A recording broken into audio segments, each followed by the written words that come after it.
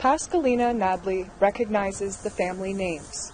My cousin, her husband's last name, my auntie, my mom, sister. In the 1990s, then N.W.T community members in Zhahti Kue, Fort Providence, led a search around the former Sacred Heart Residential School. Ground-penetrating equipment confirmed what elders had been saying for decades. This monument is one of the only few in the country to honor unmarked graves, a tribute to roughly 300 people who were buried here. 161 of those were Indigenous children who were forced to attend Sacred Heart School, stolen from families up and down the Mackenzie River. All the names on there were related. It brings me to tears to know that relatives will never see them again. The cemetery was used for burials between 1868 and 1929. But in the 1940s, the Roman Catholic Church plowed over it to use it for a potato field.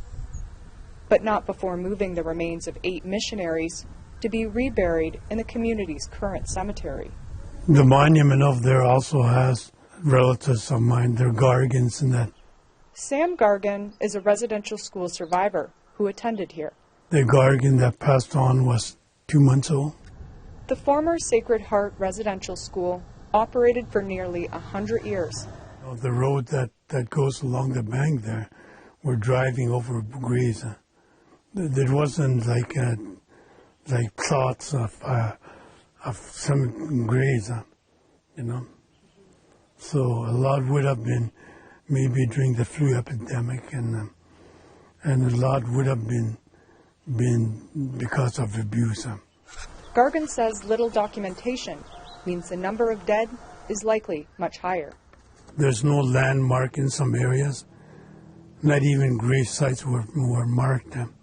So I think they have to be open and honest about it, and then be able to say, we admit that, there were a lot of suspicious deaths that we did investigate, and we apologize for it. Bishop John Hanson of the Mackenzie-Fort Smith Diocese says local records are limited. There's a lot of talk about records. We don't have a lot of residential school records here, if any. They were removed at the time that the Oblates left the residential schools, and any records that we do have been forwarded to the TRC.